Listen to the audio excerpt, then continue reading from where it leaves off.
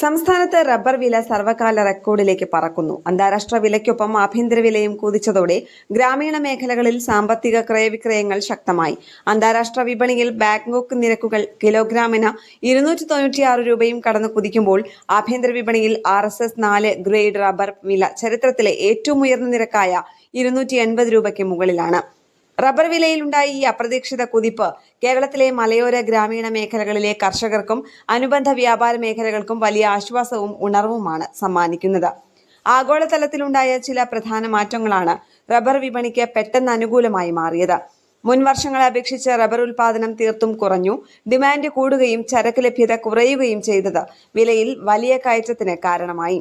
ഇതിനൊപ്പം China, Europe തുടങ്ങിയ രാജ്യങ്ങളിലെ വാഹന വ്യവസായ മേഖല സജീവമായതോടെ ടയർ നിർമ്മാണത്തിനായി റബ്ബറിന്റെ ആവശ്യം വർദ്ധിച്ചു.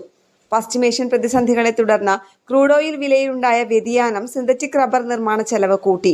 ഇതോടെ പ്രകൃതിദത്ത റബ്ബറിലേക്ക് വ്യവസായ ലോകം കൂടുതൽ ശ്രദ്ധ കേന്ദ്രീകരിച്ചു. കേരളത്തിൽ അടുത്തിടെ സംസ്ഥാന ബജറ്റിൽ റബ്ബറിന്റെ താങ്ങുവില 200 രൂപയിൽ നിന്ന് 250 രൂപയായി ഉയർത്തിയത് കർഷകരുടെ ആത്മവിശ്വാസം ഇരട്ടിയാക്കിയിട്ടുണ്ട്. നിലവിൽ വിപണി വില ഇതിനു മുകളിലാണെങ്കിലും ഭാവിയിൽ വിലയിടിഞ്ഞാൽ പോലും സുരക്ഷിതത്വം ഉറപ്പാക്കാൻ ഈ താങ്ങുവില പ്രഖ്യാപനം കർഷകർക്ക് കരുത്താകും. മഴക്കാലമായതിനാൽ നിലവിൽ കേരളത്തിൽ ഉൽപാദനം കുറവാണ്. റെയിൻ ഗാർഡിംഗ് ചെയ്ത തോട്ടങ്ങളിൽ മാത്രമാണ് ടാപ്പിംഗ് നടക്കുന്നത്. അതിനാൽ വിപണിയിൽ റബ്ബറിന് കടുത്ത ക്ഷാമം അനുഭവപ്പെടുന്നുണ്ട്.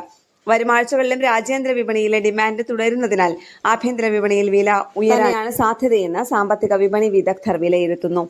ന്യൂസ് ഡെസ്ക് കേരള പ്രണാമം.